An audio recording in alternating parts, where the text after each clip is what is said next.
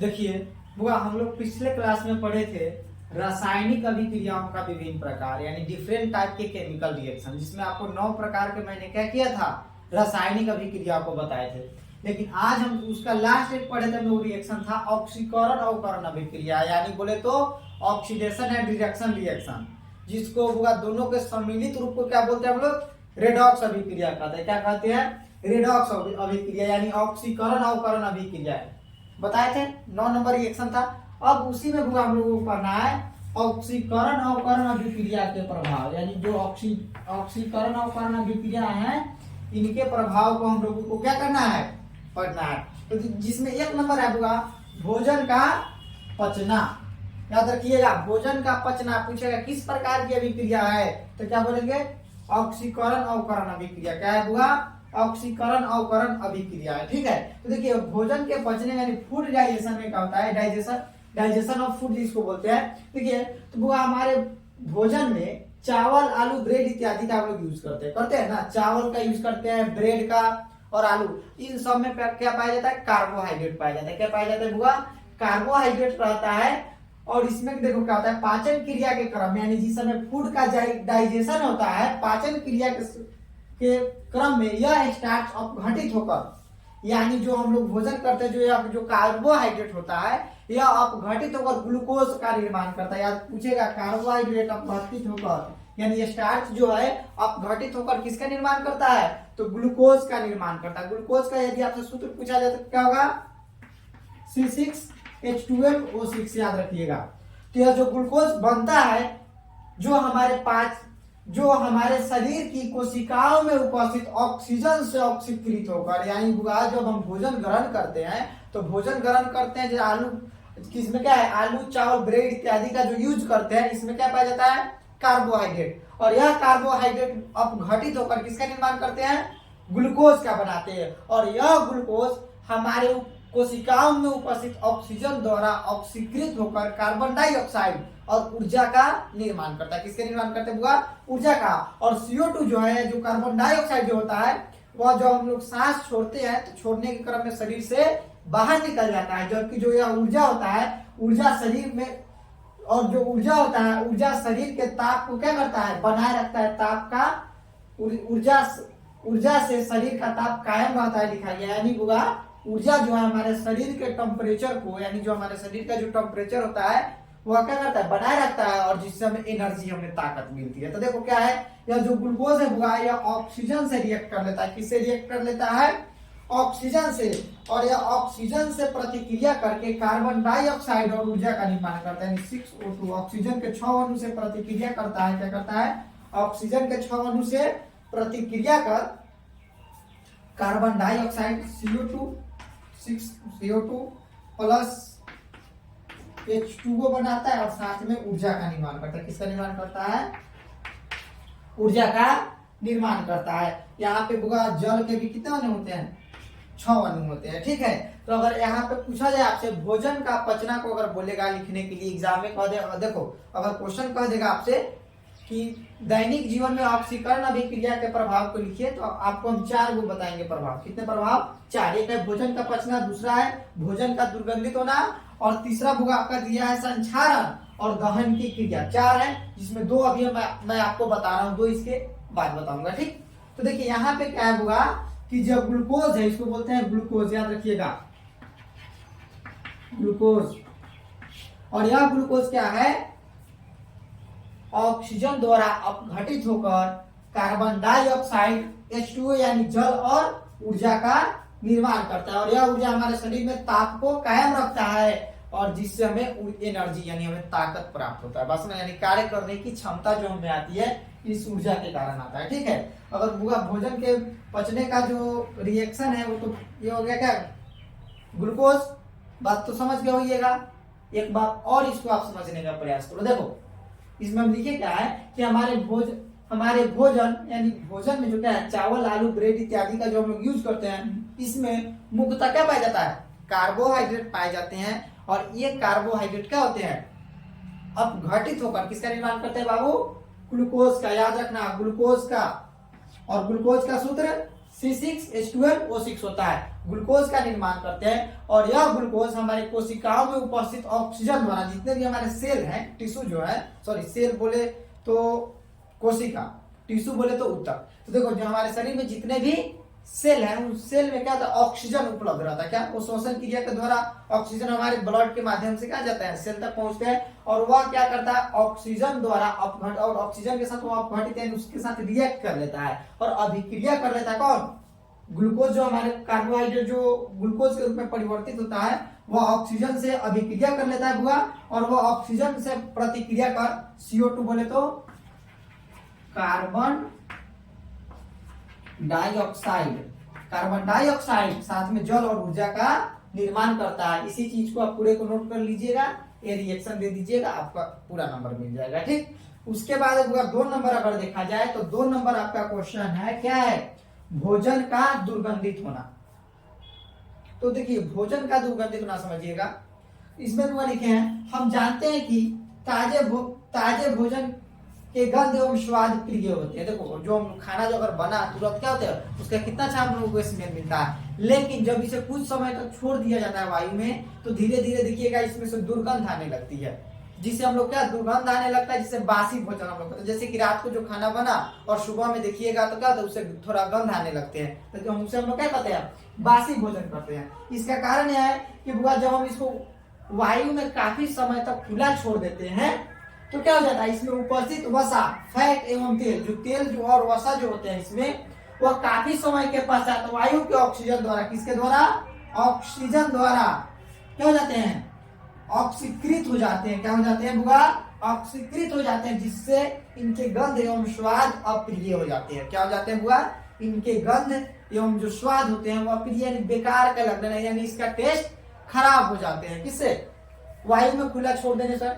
जैसे कि देखो खाना बना और उसको काफी लंबा समय तक अगर वायु में खुला छोड़ देंगे तो क्या हो जाएंगे, उससे गंध आने लगती है, उससे उसका जो महक है वो खराब होने लगता है। तो खराब होने का कारण क्या है कि आप भोजन में जो क्या पाए जाते हैं, तेल और वसा के कारण, तेल और वसा के कारण क्या हो जाते हैं, खराब होते हैं। इसका रीजन है कि जो फैट यानी जो तेल वसा जो है और तेल है वो ऑक्सीजन द्वारा क्या हो जाते हैं, ऑक्सीकृत हो जाते हैं, जिससे इनके गंध क्या हो जाते हैं, हम लोगों को खराब लगने लगते हैं। तो इसका 2 बता दिए, किसका, दैनिक जीवन में ऑक्सीकरण अवकरण के प्रभाव को।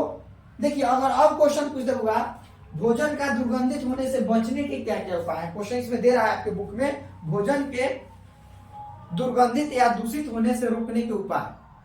फर्स्ट उपाय है, भोजन में क्या किया जाता है, सिट्रिक एसिड, यानी सिट्रिक एसिड मिला देने से भोजन में क्या जाएंगे, कुछ समय के लिए, अब ये नहीं कि हमेशा के लिए उसको रख सकते हैं सिट्रिक एसिड मिलाकर, कुछ समय के लिए क्या हो जाते हैं, भोजन जो होते हैं वह ऑक्सीजन द्वारा ऑक्सीकृत नहीं हो पाते हैं। तो 1 नंबर लिखिएगा, वसा युक्त भोजन में एक विशेष प्रकार का पदार्थ बोले तो इस सिट्रिक एसिड मिला देने से ऑक्सीकरण कुछ समय के लिए रुक जाता है। दूसरा अगर उसका अगर पूछते किसका, भोजन का दुर्गंधित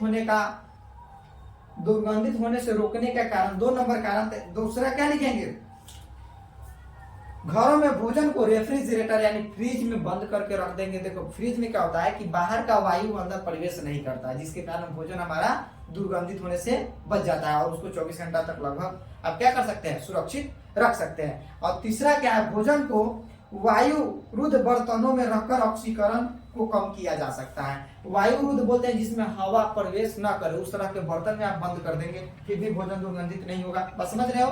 तो भोजन के दुर्गंधित होने के 3 उपाय हैं। फर्स्ट, सिट्रिक एसिड मिला दीजिएगा भोजन में तो क्या हो जाएंगे, भोजन दुर्गंधित होने से बच जाएंगे। दूसरा क्या है, फ्रिज रेफ्रिजरेटर में बंद करके क्या कर सकते हैं, उसको वायु के कांटेक्ट से अलग रखकर उसको संरक्षित हम रख सकते हैं। और तीसरा क्या है, वायु रुद्ध बर्तनों में, यानी कुछ ऐसे बर्तन जिसमें क्या हो जाते हैं, हवा का प्रवेश ना हो, उस तरह के बर्तन में क्या कर सकते हैं, खाने को पैक करके हम लोग संरक्षित रख सकते हैं अपने भोजन को। तो 2 आपको बता दिए, दैनिक जीवन में ऑक्सीकरण और अवकरण के प्रभाव, इन दोनों को नोट करिए। ठीक है, नोट करने के बाद क्या करिए, आगे हम पढ़ाते हैं। ठीक, तब तक इतना को आप लोग नोट करिए। तो देखिए बुआ, इसके पहले हम बताए थे आपको भोजन का पचना, दूसरा है भोजन का दुर्गंधित होना, उसके बाद भोजन के दुर्गंधित होने के जो उपाय हमने आपको बताया। अगर आप सुनकर नहीं लिख पाए होंगे तो अभी आपको क्या होगा, स्क्रीन पर इसका आंसर दिया होगा आप उसको क्या कर सकते हैं कि नोट कर सकते हैं। ठीक है, आप इसको स्क्रीनशॉट कर लीजिए और इसके बाद इसको आप नोट कर लीजिएगा। ठीक, देखिए अब हमारे पास क्वेश्चन है बुआ, दैनिक जीवन में ऑक्सीकरण अवकरण के प्रभाव में 3 नंबर क्वेश्चन है संक्षारण। क्या है? संक्षारण। अब कहिएगा ये संक्षारण होता क्या है? तो बुआ धातुओं का क्षय होना क्या कहलाता है? संक्षारण कहलाता है। यहाँ पे मैंने लिखा भी है, धातुओं का क्षय क्या कहलाता है? संक्षारण कहलाता है। बुआ देखिए संक्षारण जो है यह भी क्या है? ऑक्सीकरण अवकरण अभिक्रियाओं को दर्शाता है। किसको दर्शाता है बुआ?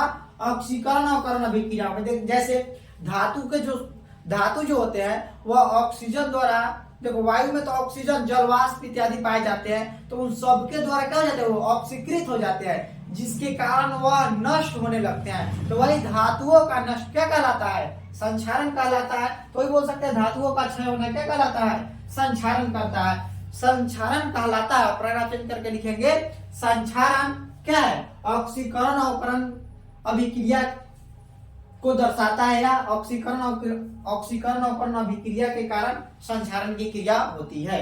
उतना लिख लीजिएगा। ठीक, उसके बाद है दहन की क्रिया। दहन बुआ हमारे लिए दैनिक जीवन में काफी आवश्यक है। दहन के क्रिया के द्वारा हमें ईंधन की प्राप्ति होती है। अब ईंधन किस प्रकार के ईंधन हुआ? हम लोग क्या करते हैं घरों में, जो रसोई में जो गैस का इस्तेमाल करते हैं, कोयले का इस्तेमाल करते हैं या जलावन का इस्तेमाल करते हैं, सब क्या हमारे लिए ईंधन के स्रोत है, जिसके कारण हम अपना भोजन बना पाते हैं। तो इसमें लिखा है हमारे दैनिक जीवन में दहन की कई क्रियाएं दिखती है, बहुत सारी क्रियाएं हैं। जैसे जलावन के रूप में हुआ, जलावन के रूप में हम लोग किसका इस्तेमाल करते हैं? जलावन के रूप में लकड़ी, कोयला, केरोसिन, एलपीजी जिसको बोलते हैं लिक्विड पेट्रोलियम गैस, क्या बोलते हैं? आगे इसी चैप्टर में पढ़िएगा एलपीजी क्या है, किस तरह से बने होते हैं, किस तरह से हम उसका उपयोग करते हैं, इन सब चीजों के बारे में पढ़ेंगे। ठीक है, तो कोयला हो गया, केरोसिन हो गया, एलपीजी इत्यादि का उपयोग क्या करते हैं हम लोग? दहन की क्रिया के लिए करते हैं, जिससे हमें ईंधन के रूप में करते हैं।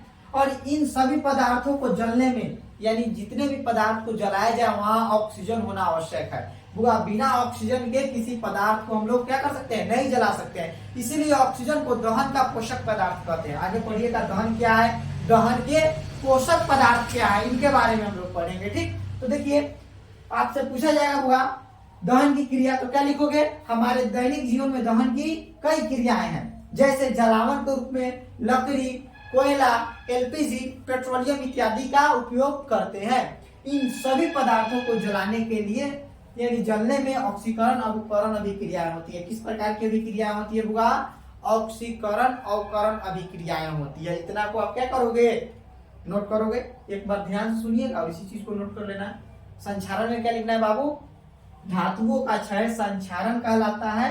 संक्षारण ऑक्सीकरण अवकरण अभिक्रिया को दर्शाता है। ठीक, इतना हो जाएगा। उसके बाद लिखना है दहन की क्रिया। तो दहन की क्रिया में क्या लिखेंगे? हमारे दैनिक जीवन में दहन की कई क्रियाएं देखने को मिलती हैं। जैसे जलावन के रूप में लकड़ी, कोयला, पेट्रोलियम, केरोसिन और किसका? एलपीजी इत्यादि का उपयोग करते हैं। इन सभी पदार्थों को जलने में ऑक्सीकरण अवकरण अभिक्रिया होती है। इतना नोट करिएगा। अब इसके हम लोग आगे पढ़ेंगे बुआ दहन क्या है। तो चलिए और दहनशील पदार्थों के बारे में पढ़ेंगे।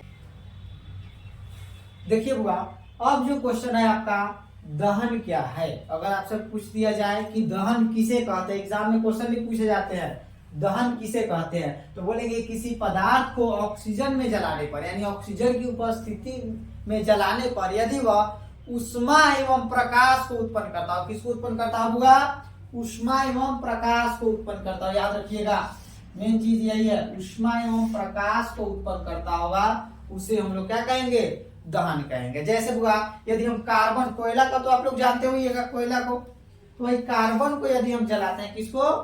कार्बन को, तो ऑक्सीजन की उपस्थिति में जलेगा, ऐसे नहीं जलेगा। तो देखो क्या होता है? CO2 गैस उत्पन्न करता है, साथ में प्रकाश एवं ऊर्जा को उत्पन्न करता है। किसको उत्पन्न करता है बुआ? प्रकाश के साथ साथ किसको उत्पन्न करता है? उष्मा को उत्पन्न करता है, या ऊर्जा लिख सकते हैं, उष्मा यानी हीट उत्पन्न होता है। ठीक है, तो बुआ याद रखिएगा किसी भी पदार्थ को जलने के लिए बुआ ऑक्सीजन का होना जरूरी है। इसीलिए बुआ दहन के पोषक पदार्थ पूछा जाए आपसे तो ऑक्सीजन है। पूछ देगा दहन के पोषक पदार्थों से आपका क्या समझते हो? आप भी अपने कॉपी में नोट करोगे। दहन के पोषक पदार्थों से आप क्या समझते थे, बोलेंगे वैसे पदार्थ जो दहन की क्रिया में सहायक हो। क्या लिखोगे, वैसे पदार्थ जो दहन की क्रिया में सहायक हो उसे हम लोग क्या कहते हैं, दहन का पोषक पदार्थ। जैसे में ऑक्सीजन हो जाएगा, क्या हो जाएगा, ऑक्सीजन। याद रखिएगा, ऑक्सीजन पूछा जाए क्या है, दहन का पोषक पदार्थ है। ठीक है, अगर वही पूछ दे आपसे और दहन का अपोषक पदार्थ क्या है, तो बुआ बोलेंगे वैसा पदार्थ जो दहन की क्रिया में सहायक नहीं हो, जो दहन का विरोध करता हो, उसे क्या कहेंगे, दहन का अपोषक पदार्थ कहेंगे। जैसे कार्बन डाइऑक्साइड CO2 क्या है, कार्बन डाइऑक्साइड। याद रखिएगा, कार्बन डाइऑक्साइड जो है एंटी कंबशन होता है। क्या है, यानी कंबशन में क्या होते हैं, वो सहायक नहीं होते हैं। जहां पे CO2 होगा वह क्या करेगा, आग को बुझा देगा। इसीलिए वह क्या करेगा, जितने भी मतलब क्या होता है, जब कहीं पे आग लग जाता है तो वहां पे क्या किया जाता है, CO2 गैस छोड़ा जाता है, जिससे क्या करता है, आग को बुझा देता है। तो आग के बुझाने में कौन काम करेगा, कार्बन डाइऑक्साइड। अगर वही देखा जाए बुआ ऑक्सीजन, तो जहां पे आग लगा है क्या किया, वहां और ऑक्सीजन छोड़ दोगे तो क्या हो जाएगा, वह और आग व्यापक रूप लेगा। लेकिन वही वहां पे क्या करेंगे, यदि CO2 को छोड़ेंगे, कार्बन डाइऑक्साइड को, तो ये आग को बुझा देगा। तो दहन के अपोषक पदार्थ क्या है, ये भी क्वेश्चन लिखोगे। पहले लिखिएगा दहन क्या है, उसके बाद लिखेंगे दहन के पोषक पदार्थ और दहन के अपोषक पदार्थों की परिभाषा। ठीक, उसके बाद अगला क्वेश्चन है बुआ आपका दहनशील पदार्थ या ज्वलनशील पदार्थ क्या है। सिंपल है बुआ, तो जो पदार्थ जलता हो उसे क्या कहेंगे हम लोग, दहनशील पदार्थ। इसका आंसर आप लिख सकते हो, जो पदार्थ जलता है या ऑक्सीजन की उपस्थिति में जलता है उसे क्या कहते हैं, दहनशील पदार्थ कहते हैं। याद रखिएगा, दहनशील पदार्थ क्या है, तो बोलेंगे वैसे पदार्थ जो जलता है उसे क्या कहते हैं, दहनशील पदार्थ कहते हैं। क्या कहते हैं बुआ, दहनशील पदार्थ कहते हैं। याद रहेगा।